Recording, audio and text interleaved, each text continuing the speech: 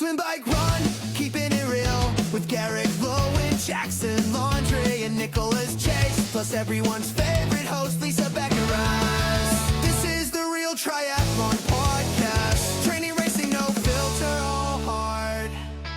I'm going to put in a request to get my name changed to actually how it's pronounced. Okay, you know how hard it is? You should just change your name to Beckeris. It'd be easier than trying to get like that voice to say Beckeris properly. But like when he says podcast, like podcast, doesn't that just like take you back to high school? Yeah, it's like Blink-182 singing it for us. Oh, I love it, man. Those days, punk rock days, those are the days. Simple Plan, Blink-182. They're still happening those days. I know. Reliant K, trying to think. Hawk Nelson. Going. Who else is there? Eve 6. Nickelback? Lisa just tried to ruin it. I mean, great Canadian band, you know. One of the highest played bands ever. They has no cred. It's so funny because it was just cool to hate on them, but like everyone loved Nickelback, and people Creed, are just coming out now. Creed too, yeah, that's true. Like even when Creed comes on like my random rock playlist, I will just crank it so hard because you cannot beat those riffs.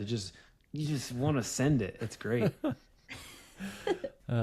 Anyways, after that embarrassing list of bands, Nick, this is you kind of took over the show notes today. I did.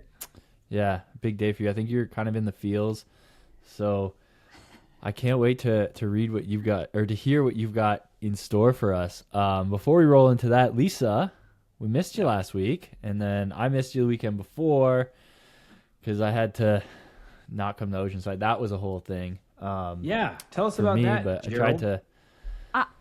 Yeah, you were supposed to be there. I was like, we got this VIP passes. We're gonna hang out in VIP Beautiful all day. place. Jack's sending me pictures of like this place on just like overlooking the water. I'm like, oh, that would have been so cool. I paid like I have to refund you now. No, you don't. I paid an insane amount of money to get flights into Carlsbad. Like, oh, it was a disaster. Did you get your flight money back?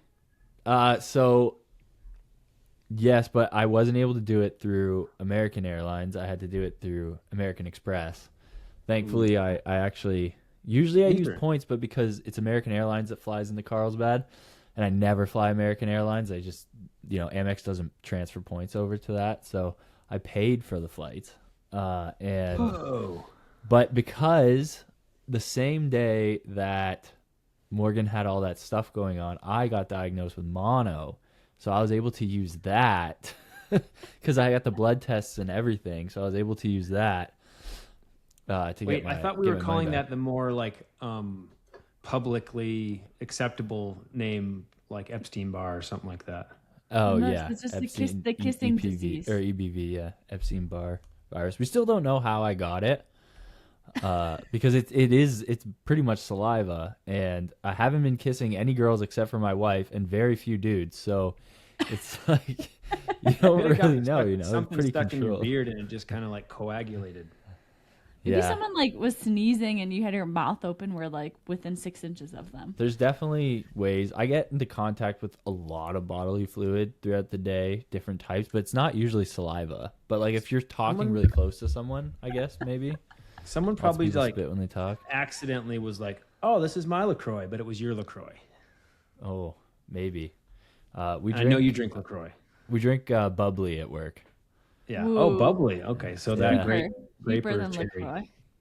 Yeah. Well, we definitely missed you, Garrick. Honestly, it would have been awesome. The whole crew would have benefited from your presence. Of course, we had Lisa, who was doing more socializing than social media, which we have to talk about in your quarterly review. No, I wasn't even socializing, dude. I was just riding my bike because all I do is ride my bike, and I don't like riding my bike anymore. Like, oh, you're in California, let's go for like 2 4-hour rides back to back. Yeah. Well, when you're injured and you're not running, I guess you ride. Yeah. This is true. But it was Oceanside is a blast. It's like my favorite like Ironman event pretty much of the year. So Well, we're going to back it up with, I think is going to be equally as cool, Texas, but you won't be there. I won't be there. But we have a lot of people racing. Yeah. I have to look at the I'll list be sure again. to interview them. So let's move into some fun facts of I told you I was going to tell you something cool happened to me related to age. And anytime that you do start to become of age and some cool things happen to you that make you feel like you're younger, you have to talk about it. So 2 things. The first one is we had an art fest just the other day, and it was me in London, my 15-year-old, about to be 16-year-old daughter. We were walking by the like in Utah, if you drink in a public area, they put you in this like fenced off area, like you're a prisoner and you're like shunned. You're like, look at these drinking bastards. And so we were walking by the beer garden, and this lady was like, "Oh my gosh, I love your girlfriend's shoes." And I turned around, I was like, "What? That's my kid." She was like, "Oh my God." But then I was like, wait, that says a lot about me. That's looking all right.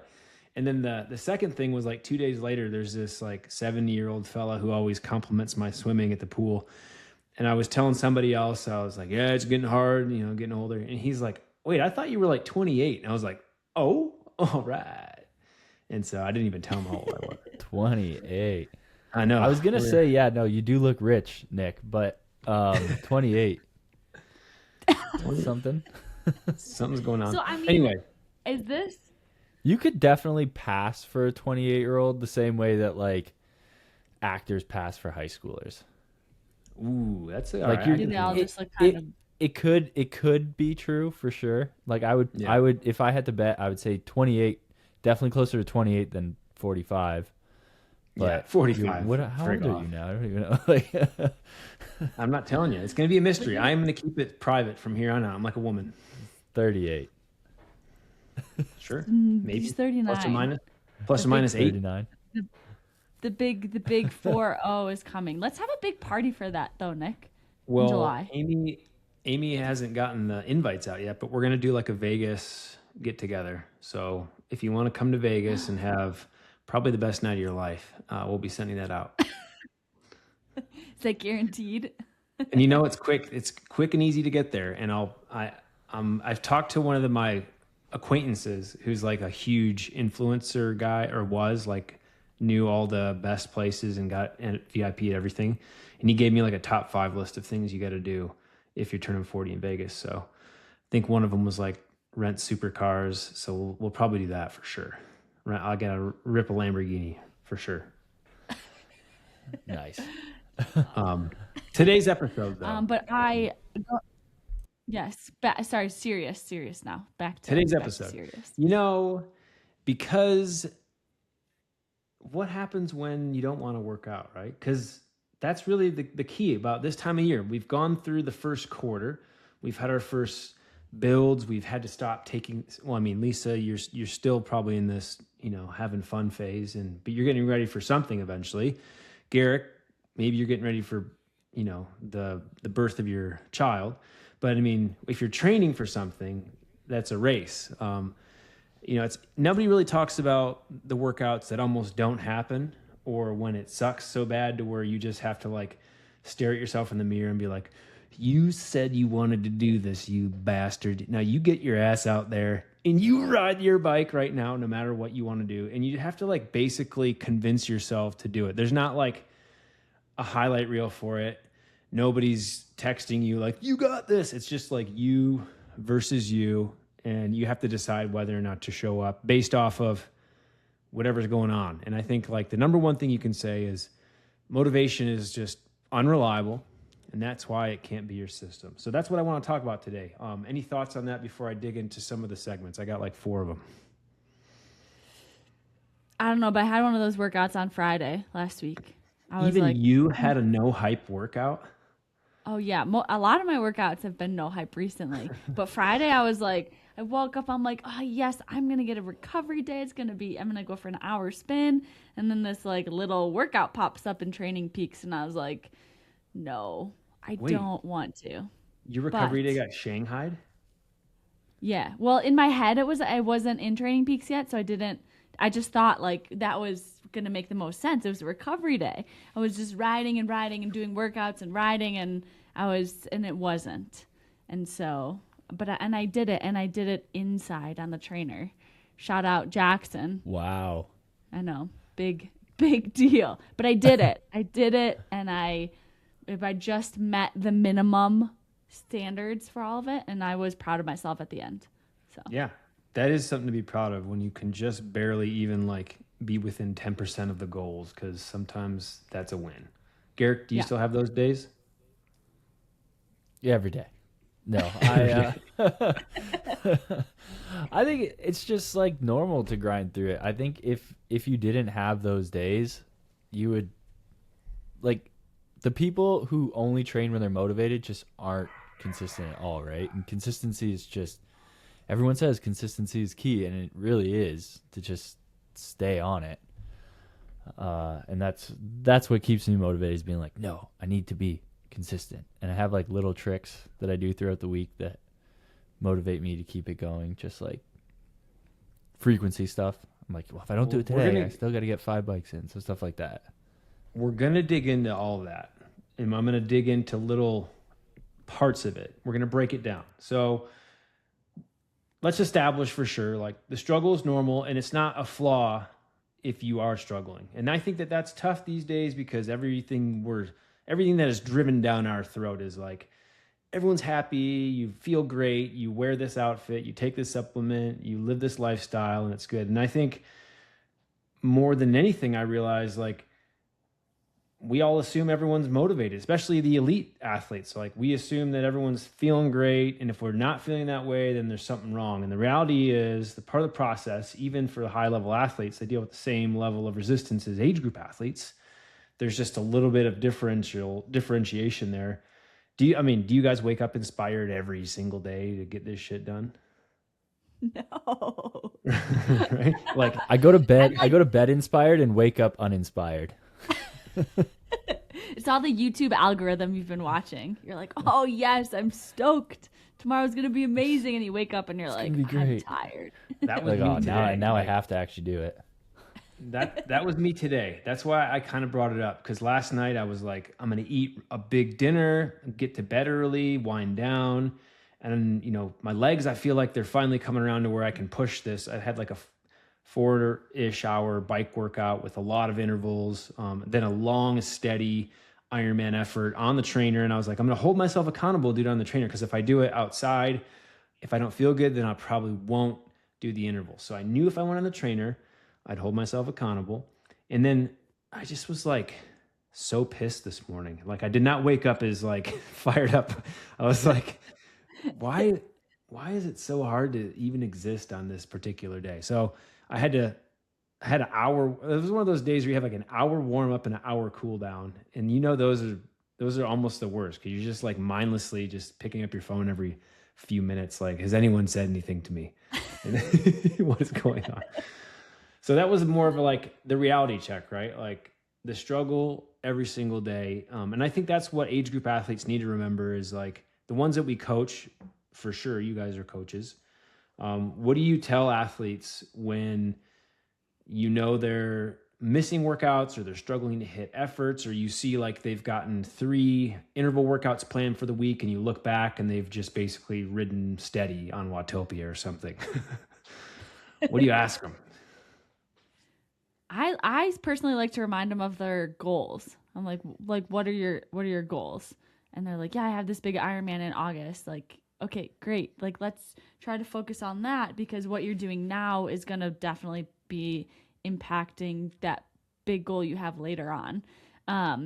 But then sometimes I also just like, I'm like, what do you want to get out of this?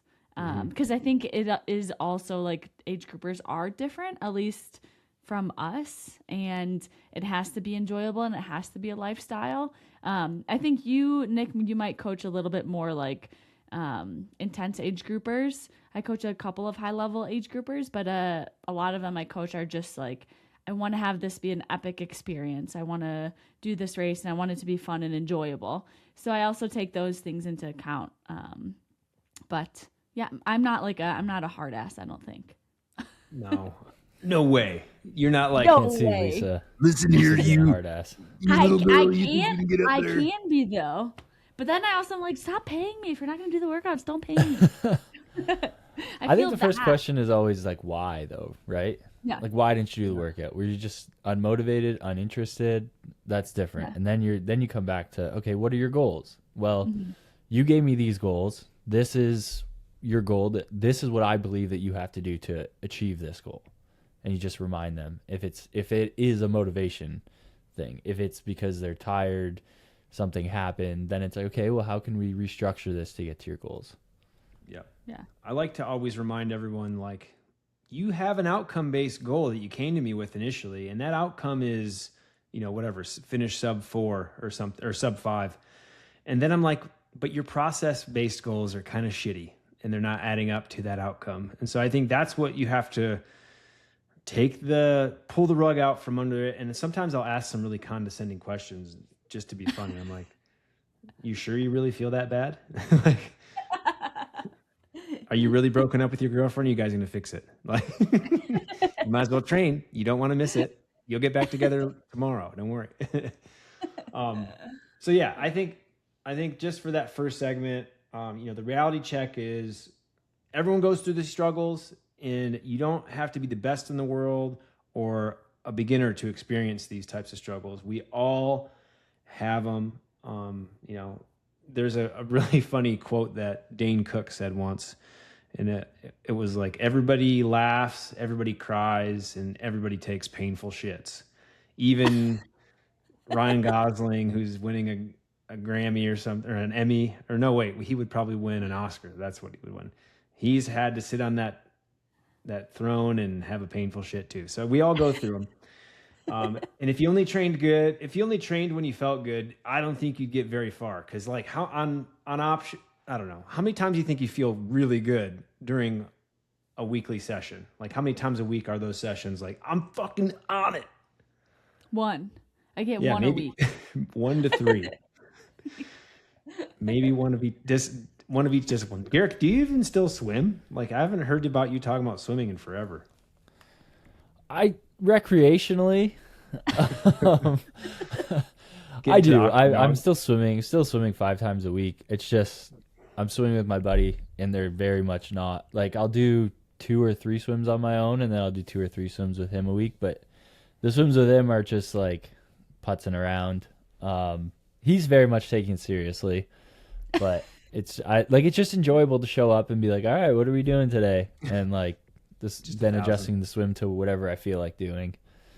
That's good. And honestly, that's been like a change in terms of like motivation. Like, I'm still swimming 5 times a week, not as much. I'm only swimming maybe 18K a week. Like, I wouldn't put it at like serious training or anything like that, but consistent. Feel good every time I show I'm proud up. of you It's for like, all right. that. Proud Good. I can Thanks, say Nick. that's like the biggest hack, Garrick, is having a training partner. Like, I think if you're like low on motivation, one of the best things you can do is like make plans with somebody to train. And you're like, Good. all right, we talked about this 5-hour ride. We're meeting at 10. We're gonna do it. Like, it's gonna happen. Otherwise, if you don't, you're gonna let somebody down. So I Yeah, think that's- and showing up and being accountable. Like, we say showing up and, like, yeah, you make a plan, show up with people and stuff, but so often everyone seems to be on their own kind of plan, and they think that they're doing the secret, and they don't show up, or they're not willing to wake up, and swim, even if it's like not that early, like 8 a.m. You can't count on everyone else, right? You still need to ride or be die. accountable to yourself. Yeah. Like, the big thing is just like showing up, even if no one else is there, show up for yourself and just start and get going, because it always turns out better, even when you feel like complete dog poop. Yeah. That's good for segment 2. So segment 2 is going to be the different types of hard days we have. And there's like subcategories here, because a hard day just doesn't mean the workout's hard. It means like it's a life stress day. So that's a day when the training isn't the hardest part of your day. You've got work stuff going on, your relationships. You had a fight with your significant other, and you guys didn't fix it before you went to bed. You just went to bed, and then you woke up and you're like a couple of gunslingers walking around the house. Like, I don't know if I should say anything at all. I can think of some laundry I'd like to pack for sure. I don't know if I want any cleaned. So the challenge is less physical, but it's more mental. Then the other days, more physical fatigue days, let's say accumulative training fatigue or lack of sleep, general wear and tear on sitting in a car, traveling. Then the low motivation days, you're not excited, nothing about, that was me today. Like nothing sounded very happy. I was like, even if I do crush this workout, I'm still a failure. Nothing matters to me. No. This is where, this is where you wait for that people. This is where people tend to wait for a feeling that may never come. And so you just have to just do it. And then the last category I came up with was mental resistance days. That's when you're like negotiating. Should I delay my training another few hours? Maybe then I'll feel good. Or maybe I'll ride at 10% less of the volume that I needed to. Or you come up with reasons to like, you're like, well, I've got a rest day next Thursday. I'm going to put this workout on that one.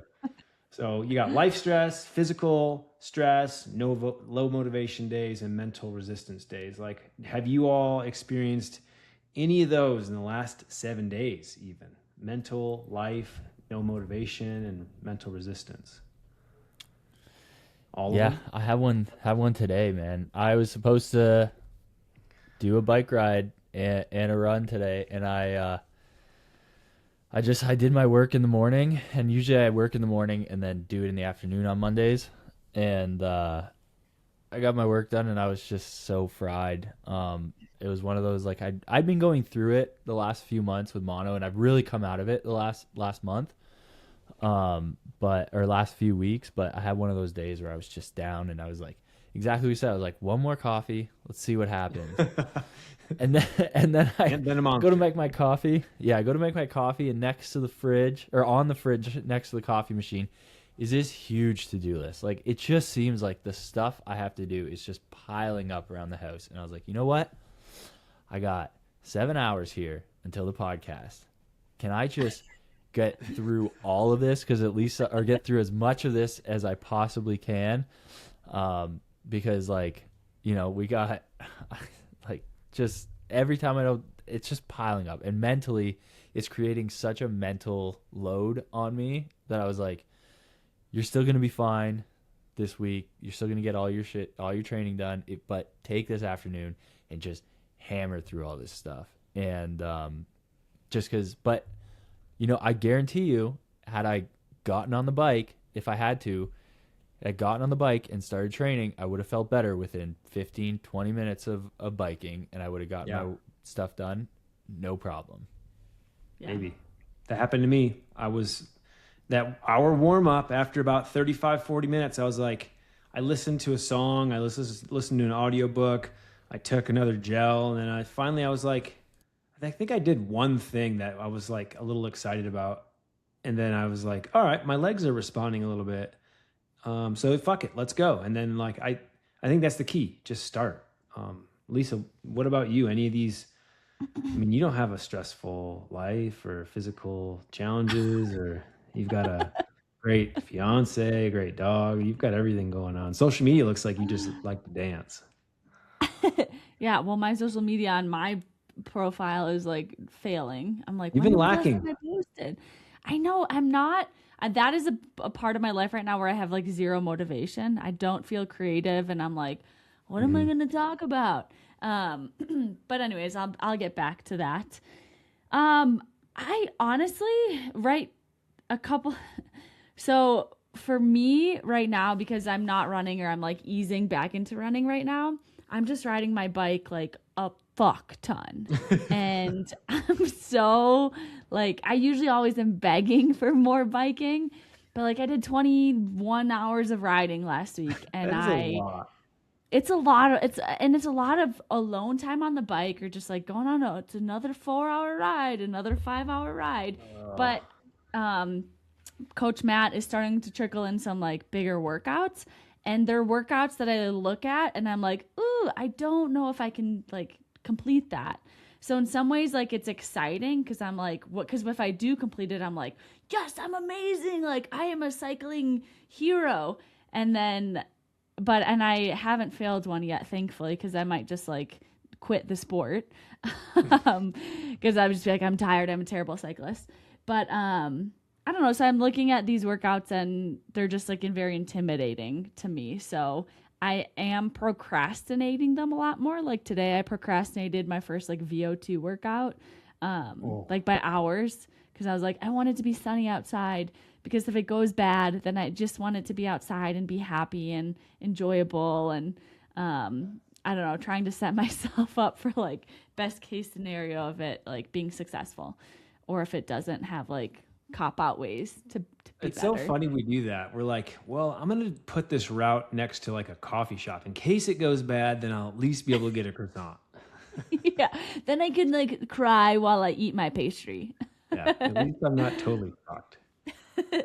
But so yeah, I've had all these things recent, like I mean, just like I said last Friday, I really did not want to do the workout, but that was more of like a just like physically and mentally like fatigued. I was tired. I wanted a nap. And I didn't want to get on my bike. And it was windy outside, so I had to do it on the trainer. And I was mad about that. Dude, the wind. yeah. The wind has been coming in hot and heavy. And did you know wind, like places that are windy, like always windy, have higher levels of depression? No. Do you know why? Because, I think it's just because like it's constant. Like you don't like you hear it even when you're inside, like the clunks and the whooshes, and it's endless. So like I think it just like gets to people. Like in Cheyenne, Wyoming, it's one of like it's a very very windy place, and there's like lots of high levels of like depression and Why? Because you're like 3 feet from somebody talking, and you're like, what? What? and it just makes life like so hard. Like outside, you don't want to be outside when it's like gale force winds on you. Oh You don't man, wanna- I got hit by like 4 tumbleweeds the other day. In like, it started out a pleasant ride. It was a 5-hour ride, and then like 20 mile an hour, 30 mile an hour headwind gusts for like 2 hours straight coming back the direction. Then we didn't even have a tailwind. It like just picked up on our way back. It was like, nope, right when you want to come back home, we're gonna fuck with you. And like there's no other time I think in my career when I literally could just unclip on the side of the road and grab I've actually pictured it. I've grabbed my wheel by the carbon and I've done like a swirling motion, and I've like done like a shot put type thing, and I've just launched it off into a ravine. Like that's exactly what I imagine doing. How much I hate it. Like I'm fuck this whole thing. God. And I think I was about 15 minutes from home, and I was like contemplating having Amy come get me because I was like, I can't do this anymore. I just need to get right. I need to get home now. I need to ride home. I didn't do it. I got home. I hate the wind. Yeah. So segment 3, what actually helps us show up, right? So practical strategies that still allow us to get through these hateful moments or less than stellar opportunities that we feel like that are right in front of us. So there's like, you can lower the bar, right? So instead of thinking about the full workout that you have to do in all the intervals, you just, like Garrick said, you commit to starting. 10 minutes is enough usually to just get the vibes going. Would you guys agree? Like 10 minutes of just like of starting anything. Yeah, just like stop thinking, just put on some shit and start 10 minutes and then assess after 10 minutes. I think that's pretty good. Yeah. Yeah, most of the time. Even if it's a run. Unless it's a workout that you're really dreading, then I say get through the first rep because it's never as bad as you think it's going to be. Yeah. Yeah. But I You're think right. breaking it into chunks is huge. Like when you look at like the big picture of a workout, it could be like very overwhelming. But if, like for example, last week I had, it was like 3 by 18 minutes, but it was in segments of like 3, 2, 1, 3, 2, 1, 3, 2, 1 with like increased power when the time decreases. So I was like, okay, just focus on this 2 minutes. Just make it through the 2 minutes. Like, don't worry about what's next. Just focus on like this here and now. And then it's just like one thing after another. You just click them off. I think it's tough for some people to do it. It's easier for others. But detaching from the emotion, that's a tough one to do sometimes because or sometimes you got to let the emotion all the way out. Like you just have to have a good cry for like 5 minutes. And then you're like, all right, we cried it for a minute. Now we're good to go. I mean, I don't know if that happens to you, Garrick. For me, not really. But Lisa, what do you think? Do girls cry during any of that? Emotional beings? I know last year I was listening to a couple podcasts where Taylor Nib was just like would start crying on runs. And I don't know what that was about, but I think she had eventually talked to our coaches and we're like, can you tell us if we're crying? Like, this is not good. You shouldn't be crying like multiple times in a run. Yeah. So it does happen to a lot of people. For me, I think during workouts, I mostly get mad. Like, I'm like mad when I don't feel good or things start going bad. And then I get sad after the fact. So are you mad because you're like, I know I need to do this. I don't want to do this. And I'm mad that I still have to do this? Or like, what's the mad, what are you mad about? A lot of things that they're irrational, but I'm like, I can't believe Matt put this. Why did he think that I was capable of doing this? You or like, always get mad at your coach. What does he think I am? 20 years old again? What is this? This doesn't even make sense. Yeah, I guess as coaches we forget we are usually like a doormat. We're just the first punching bag. You're like, this is his fault. I didn't. He's the reason I got 6 hours of sleep last night, and I feel bad, and I ate like shit this morning. I told him I was scared, and he didn't listen. I told him not to give me this workout again. I failed it last time, and it's on here again. I can't do this one. Yeah, I love doing that. There's one bike workout in particular. I call it like the pyramid, and man, like I gave it to about 3 or 4 athletes one week, and everyone failed it. And I was like, "Ooh, we're coming back. We're bringing her back in a few weeks." Man. No, I hate it. I tell Matt, I'm like, if I fail a workout, you can't give it to me for like weeks. Yeah, like you're not giving it to me next week. You don't want to see it. Yeah. I agree. James isn't big into the workout failure type. Like, you know how sometimes coaches build workouts specifically for failure? Yeah. James has never really done that. Yeah, I don't really think I like that either. I'm not a big, like, the intent to fail, but I think the intent should be like, let's see where you fail. If. Yeah. Yeah. I think you get that in the pool sometimes. Yeah. Oh, Short I fail reps. in the pool all the time. I can't put The thing is about swimming is, though, it's so dependent on like how tired you are from everything else. It does affect that. So there's some days where like I won't even look at the clock at what I swam. I'll just go on the pace time, but I purposely don't look at what I swam. So like someone will be like, "Oh, what are you swimming? What are you swimming?" I'll be like, "I don't know. I haven't looked since rep 3." Yeah, I rep don't 16. Sometimes, like for a warm up, I know the warm up's like between 1500 and whatever. I will just swim literally as long as I feel like it. Like sometimes I'll swim for 30 minutes straight I'll probably swim 2K. And then I'll be like, all right, that's the warm up. Now I'll just kind of hack through this main set as best I feel. Like I'll just totally just ride the vibe and then maybe bring in some of the intent. I think like that's the other part of this is like there's a minimum viability you can get out of the session, right? So I tell athletes the same thing all the time is like, look at the total time of stress we're trying to get above threshold or at threshold if it's an actual hard workout. So if you cut the workout even in half, normally you can still get the amount of stress you need, even if you break it up. Like we've talked about this before too. Jackson's even brought it up. If you've got an 8-minuter and you're hating yourself at minute 2, then just do like 4 by 2 minutes and like rest a minute between. So like you also can be a really good coach as you've gone through all of your routines. And if you're getting the stress is the main point of a workout. So mental stress can add to that physical stress because you're already a little fatigued, you're already pushing through. And even if the minimum viable session, let's say you cut the threshold down to like the lowest part of threshold to where you know you're still pushing hard and it feels really hard, but it's not quite the numbers you want. You're still getting a lot of value out of it, right? So you're going to get the best value based off of your decisions. Do you all ever do that? Because I certainly do that sometimes. Adjusting some of the parameters to still get the stress, but limit the amount of suck. Running for sure. You do that for running? Yeah. I Lisa think does sometimes I'm so bad at pushing myself running when I'm solo that the treadmill is like my handicap. it forces me to just set it and forget it. No, we'll do it. Yeah. Yeah. Lisa, do you ride in erg mode ever? No. No, fuck I'm, erg mode. That's the anti-erg mode. You have to Anti-erg learn mode, how so to I learn how to strongly generate disagree power. with that. You have to Yes. learn how to freaking So, generate and find the power yourself. It depends. It depends on the type of athlete that you are, where you get your power when you ride.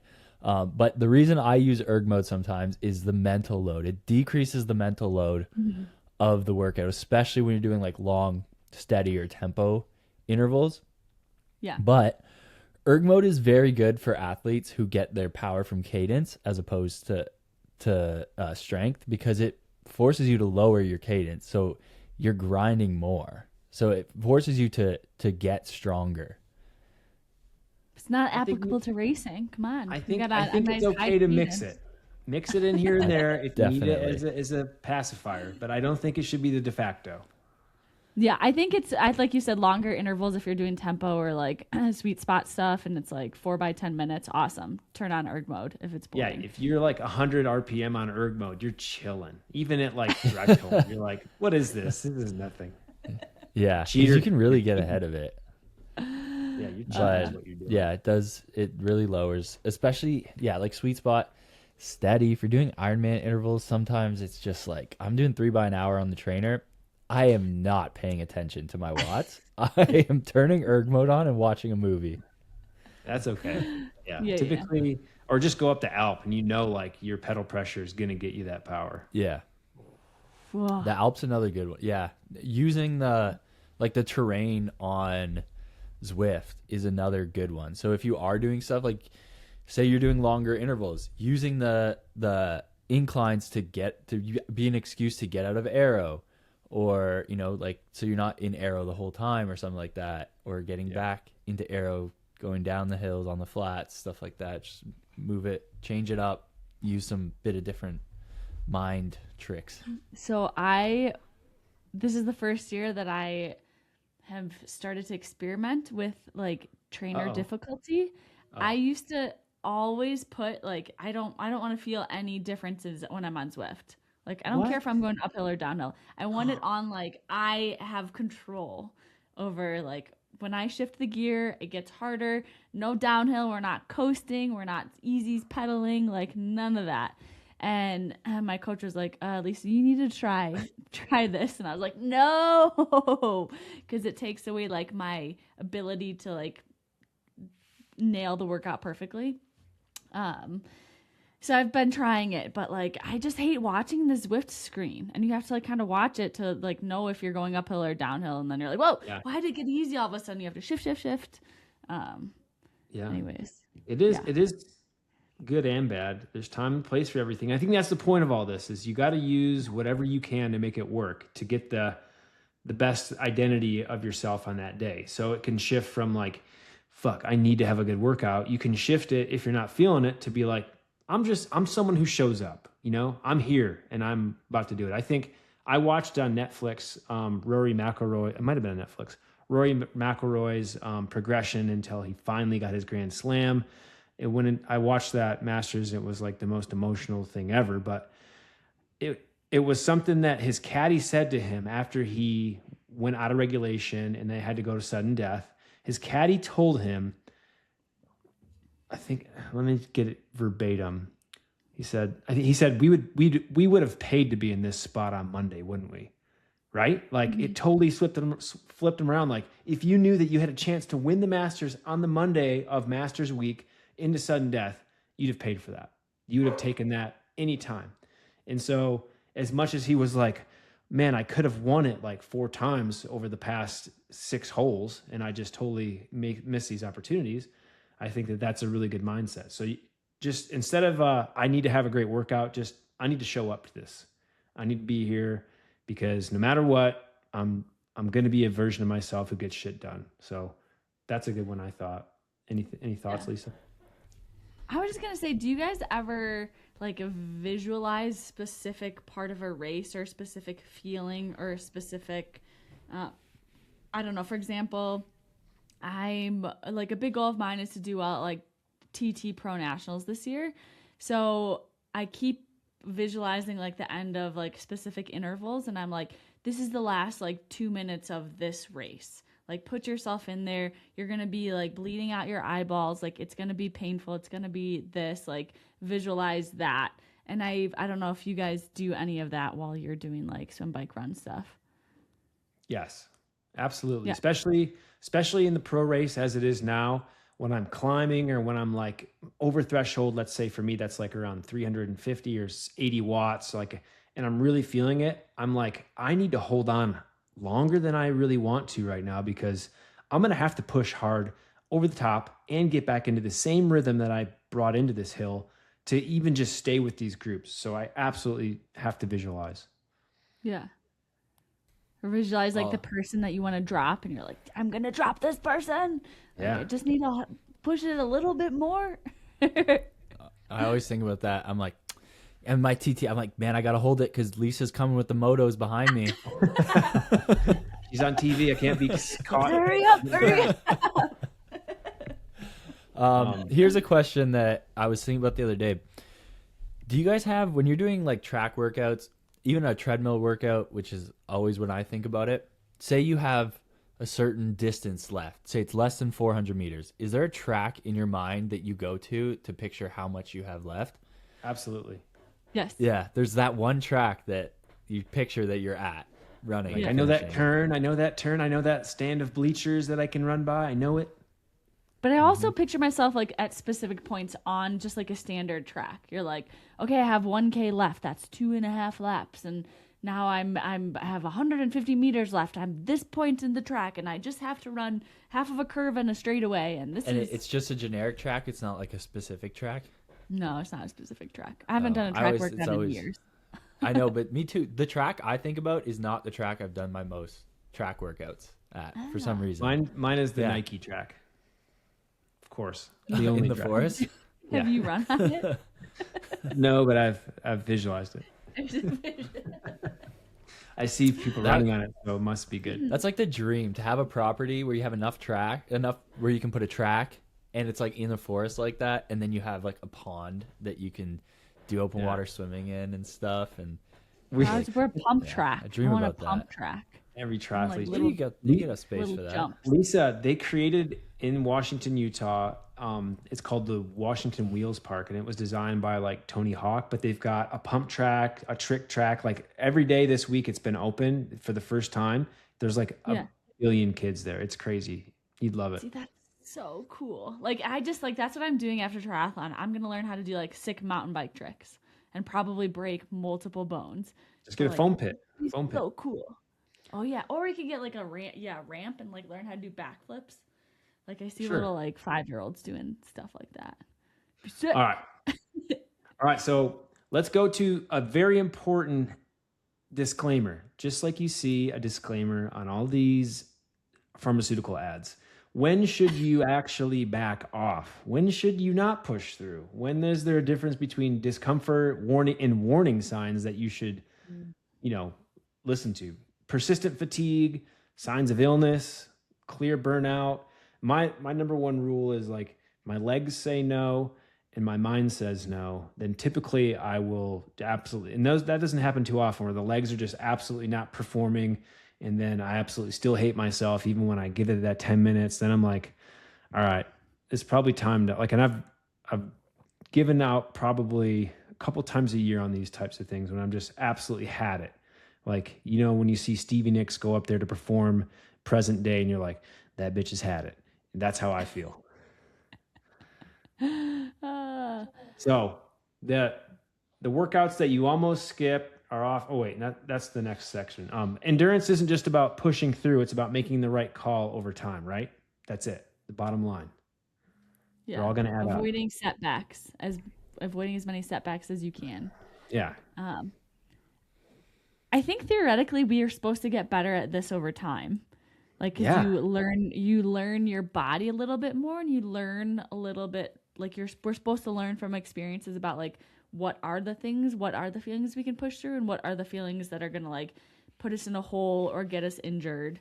But I don't know. I don't know if I'm still great at that That's But like a bad cultural thing right now is like, well, you know, I've been doing this for 15 years. I've been kind of getting a little faster. Well, that's kind of the wrong direction, right? We should be like seeing some really pretty good gains, right? Otherwise, we're just doing regular shit at a high level. We're not doing like really good things at a high level. what do you mean? Like you're supposed to see lots of gains after you've Like, been in it for like 15 years? yeah, like maybe at some point throughout your 15 years, you're like, yeah, I should be able to win something right now. Like I've put in enough time. I've gotten enough smarts. I've had enough injuries. I've gone to enough specialists. I've ridden my bike. I put in enough hours every week. I should be fucking winning something by now. Like, I don't know. I think there comes a time where you just like you're either holding it, like you're doing everything you can to hold the level that like the top level that you've been to, or you're on like a what I've been experiencing, a controlled decline. Just it's called a landing. yeah, a soft landing. I don't know. Well, that's like a comparison to like other people too. Like when you say like I can't, like I should have won something by now. But that just depends on like what other people are doing. But I Yeah. think it's like if you're just comparing yourself to yourself and you're not seeing improvement, I think there's like assessing the reasons as to why. Like, are you doing the same things like Yeah. over and over? And I think I got into this trap where I was like, I'm not seeing big jumps in my running performance, so I want to try something like different and new, and this is what's gonna like help me. And what I think was too different than what I've been doing, and it was like too much of like a dumb thing to try versus like trying just like a littler shift to implement that without getting a setback or an injury or overtraining. To You keep also consistency, yeah. but take risks, but keep consistency. It's like they have to be little calculated risks. You also change as an athlete over time, right? And so you have to kind of acknowledge that and play into it or not. Like I think about myself in the last 2 years, like what I've done in Ironman, there was a time not very long ago where you'd turn on Dream TV YouTube and watch an Ironman and be like, well, I would have won that Ironman doing that. And Nick, I know like what you do now, when you started in this sport, you would have won an Ironman. You would have had a dozen podiums, you know, like the game's changed. And at that time, you know, there's a time where I wouldn't have been that good of an Ironman, but I've developed that and gotten better, but I've dropped off in certain regards as well. But everyone else has also gotten better, like way better. The people who were winning when you were getting into it and starting, now they're still like either retired and there's a new group of younger people winning. So like it's also time and place. I think Yeah, we the should have game's been changed, the for sure. athletes that we are now about 15 years ago. Yeah. would have been, Our lives would have been so different. would have been Man. great. Coach would have put me in. We would have taken state.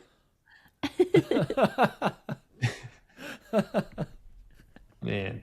So that kind of brings it all back full circle to like just looking at the big picture and why this whole concept and everything we're talking about really matters, and not just for just pro athletes, but it also like reminds everyone that we're all pretty similar in terms of what we have going on: stress, finances, traveling, planning, health, regular day-to-day stuff that, you know, and everybody handles anxiety and stress differently these days, especially anxiety, which is like, you know, with social media and the news and political climate we're in, it's like a really interesting space to live in where I kind of don't pay attention because everything I do is like, well, I control everything.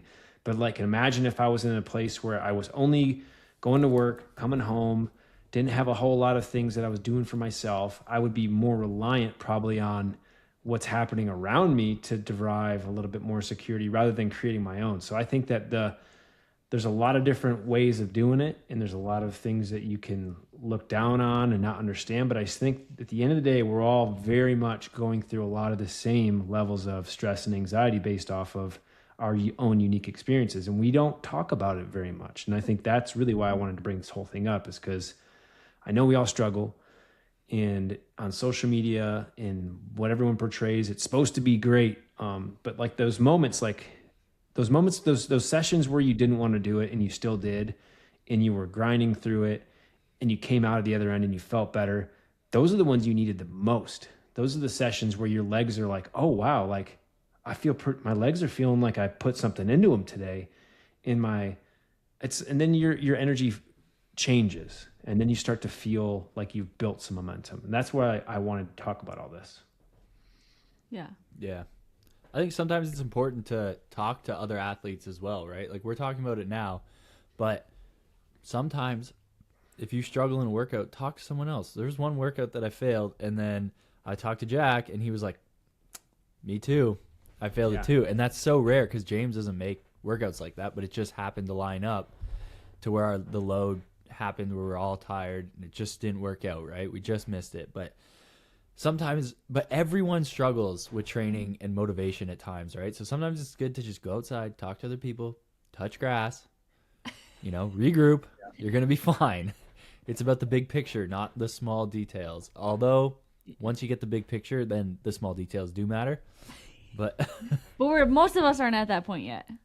No, most people aren't. Still in the Most big people aren't picture. there. It's like it's very few. It's the 1%. Yeah. But like low key, when Jack says that he's struggling through a workout that I was going through and I did okay on it, like I'm like, all right, I did okay then. Jack struggled. As we'll either do like a Friday, or wait, is it Friday cry day or a Monday fun day, when we'll just me and Kelly will meet up and just destroy a workout together. And sometimes I can tell he's hurting because he won't push like 6 watts per kilogram. Instead, he'll be like 5 watts per kilogram, just right around me and Kelly. And I'm like, all right, we're human today. Yeah. So yeah, you got to have a good support system. This sport sucks if you do it alone, man. I can tell you that much for sure. You got to build a community. I don't know how people do it. I don't know, travel to races. Like you're just all by Alone. yourself. You don't have like many I don't know, friends in the world. It'd be so hard. You got to make friends. You got to make friends with Real Tri Squad. We're always got your back. Yeah. And that's the other thing is it's so important to experience. So like that's why going to training camps are such a crucial experience for athletes who are trying to get to the elite level, going to races with other elite athletes, because you see how everyone handles training and racing and the mental strain and that comes along with that. Yeah. So that you're not going through it alone. Like you're not the only one feeling that. Everyone feels like that, except for maybe KB, but everyone else like really feels the stress and the anxiety around training in general. And Dude, they know what matters and what doesn't matter, right? And racing. every race that I go to that I get to interact with him, I learn a lot about myself, because when I see how relaxed he is and he's joking right before, like in the swim lineup before we're going in, or he'll just like say some off the cuff stuff that like, why is he thinking about that? When I'm like in line about to pump up my tires, he just walks over and nudges me and says some random stuff. I'm like, what? Why? He's got cameras on him right now and he's just like chilling. Like he is a great mentor for like just being relaxed, confident. I will say I was listening to a podcast with him on the Triathlon Hour while I was riding my Which bike we for don't, 1,000 we're not hours. plugging them. We're not supported. We're not saying you should. We're not, but I'm like listening to any podcast that comes out. I'm like, oh my gosh, why is no people putting out more podcasts? I need to cover my hours of riding. Anyways, and he was saying something about how like a couple years ago, like training wasn't like the thing that he looked most forward to during the day, just because I don't think he had enough athletes surrounding him. But he's like, now that he has like Gustav and Casper, like that's like more, it's like also like a social time too. Like it's like something he looks forward to. And I think that's really special too. If you can like get a little training group, I don't know, or just get some consistent training at partners. least meet up and start together. Like that's key. Yeah. Just meeting up to start together. Even if you're going to like not see each other until you're at the end of it, like it's still good to know people are out there. Yeah. And brings a positive energy when you train with other people. Like there's always that guy that's just like, oh, this sucks. I'm so tired. I slept like shit. Oh, this is hurting. Like, Yeah. and it's like, oh, this is gonna be a bad workout for me. And it's like, dude, Keep it shut inside. up. Like, Bury it shut down up, deep. man. We're this is optional. Being here is Yeah. completely optional. Like, we're all having fun. We're doing this because we love it. Like, just shut up. That's what I tell myself when I'm feeling like that, at least, because I have been that guy for sure. And All I been just that tell guy myself, like, once. dude, just shut up. Just like have just- fun. You're with your buddies. Come on, Yeah, man. yeah, yeah. No, it doesn't matter. At the end of the day, it doesn't all matter. We're all gonna turn to worms. Yeah. You don't have to win Wednesday Worlds to feel good about yourself.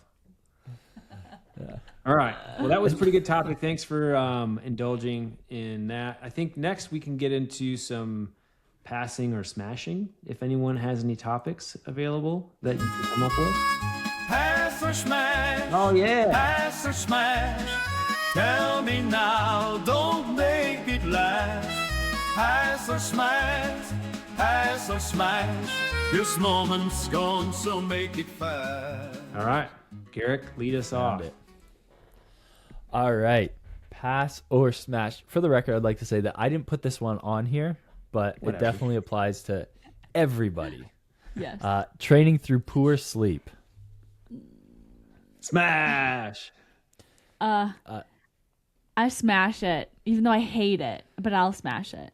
Smash nap it as long later, as it's man. not like chronic, like every Yeah. single day, right? You know, Yeah. just Like if it's a you, couple Garrett. days of poor sleep, yeah, I smash that for sure. Just get through it. Suck it up. You'll catch up later. Yeah. Maybe. If you're lucky. Yeah, hopefully. Yeah. All right. Judging your session or judging your fitness based off of one bad session. Pass. Gotta pass, even though I like fall for this a lot. Yeah. Yeah, How many times it's, are you it's like, easy to But I- fall for this. But, especially if it's like the week before the race, you're like, oh man, That's the best time to fail a workout is the week before the race. I'm like convinced. It happens to me all the time. You got to feel bad before the race, and then that means you're gonna feel good on the race day. Yeah, you never know how fit you are until you race. Really, This is you have very no true. idea. Next one. All right. Pass or smash early morning workouts.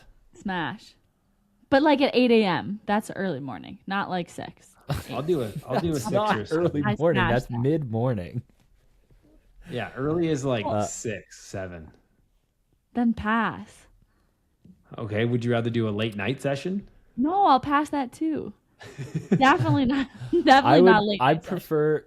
I prefer a late night session over an early morning session, but early morning just like fits in better usually and doesn't affect your sleep as much. If you can, I'm telling you, if you can get up at 5 to 5:15, just have your morning and then get on the bike at 6:15 on the trainer. If you can get your 4-hour workout done on the bike before freaking 11 o'clock, oh man, you're just feeling like you've got all day. You're like, whoa, what else? I can fit 3 more sessions in. Like, it's crazy. Well, good I you guess I'll feel. take a 4-hour nap. Yeah, might as well. I mean, sometimes you can take a power nap of 4 hours. I think easy early morning sessions I'm all for. Except for swimming, I suck in the early morning. Like I'm just so bad. And Ooh. I've done it a ton, but I just have never been able to come around. No, I'm the opposite. If I can't work out after 2 p.m. I don't like I have to work some out of- after- It's so hard. I would have some of my best sessions in like the evening before Yeah. that's when my body would just like turn on. Like sometimes you do like have you ever done just like big days where you end up training into the evening a bit? And I'd be like 8 hours into my day and like boom, just turn It's on clicked. and just have like the best part of my No. workout. Never And that's happened why to you me. do an Ironman. All right, next one. Drinking alcohol during a training block. I'll smash that. I'll have a beer. A beer. Like yeah, maybe one or two a a week. beer. Like a healthy amount for sure. Yeah, like at I'm least mostly I think that's okay. one beer, 10%er.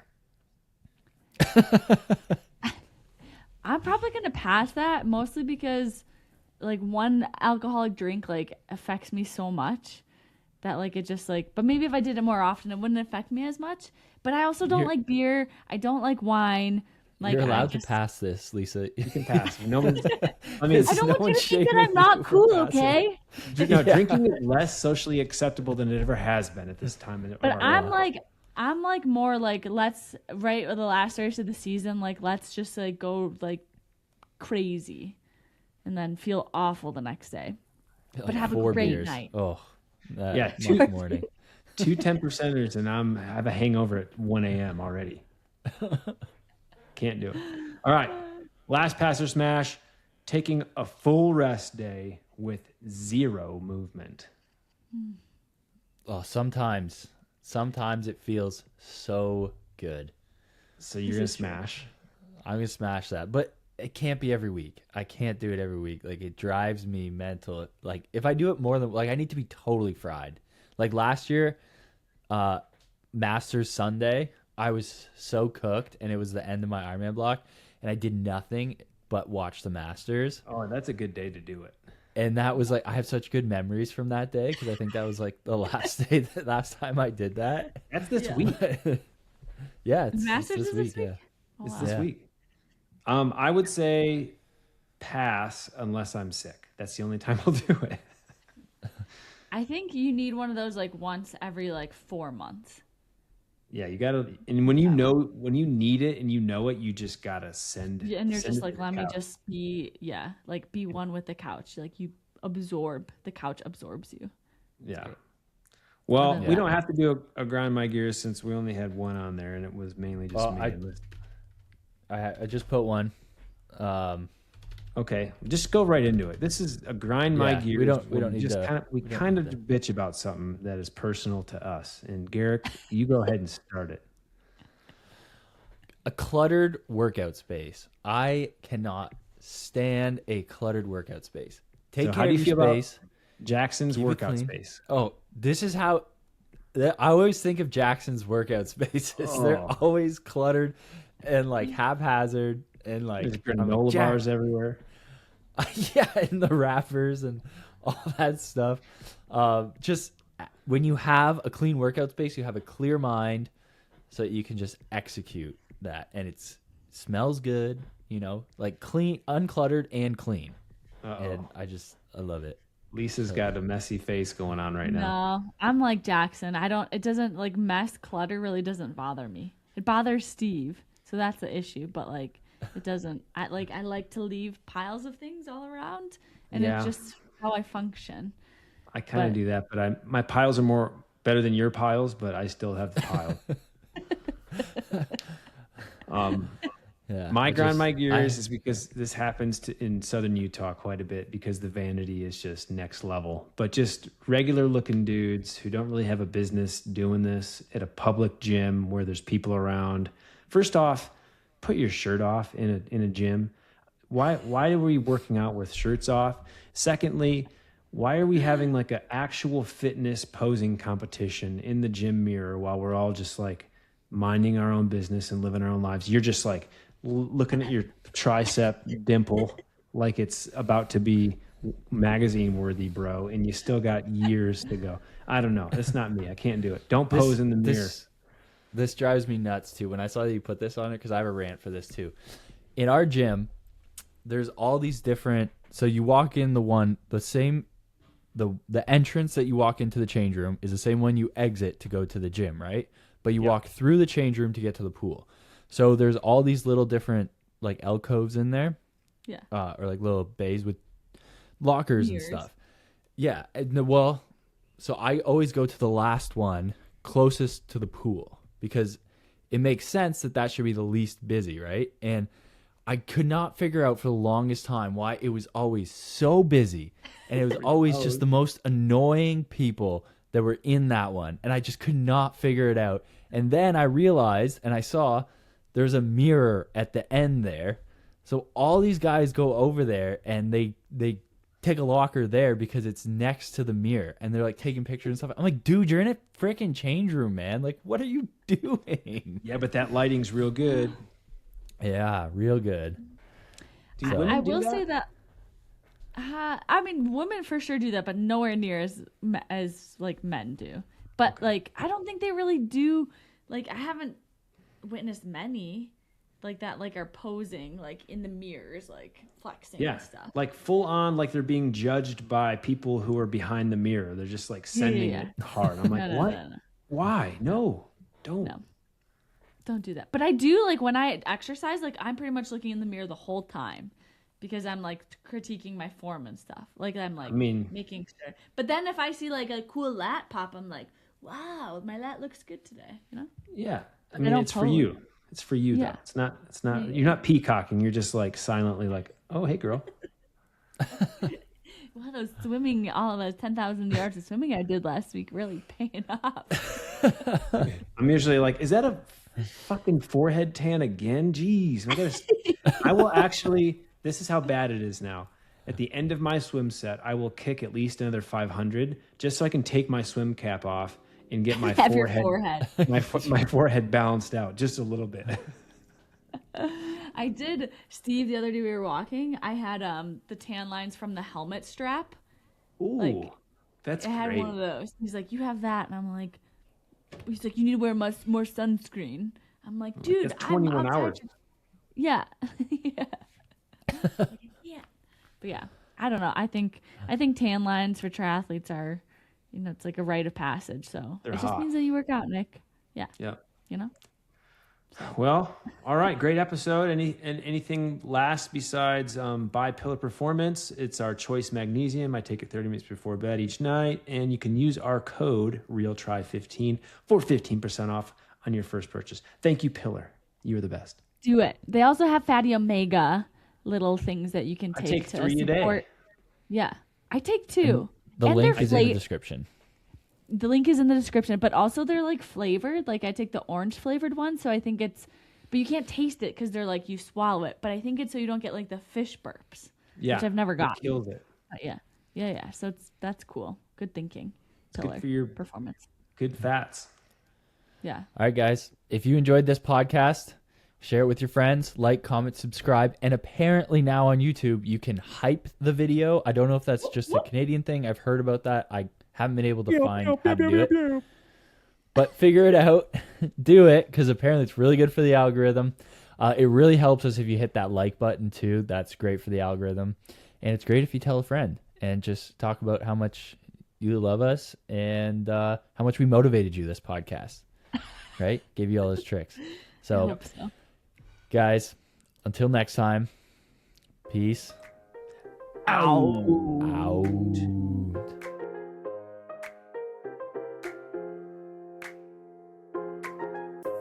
I got ish to do, flying through the sky in my parachute, dancing on the couch like I'm Tommy Cruise on a one-man mission trying to see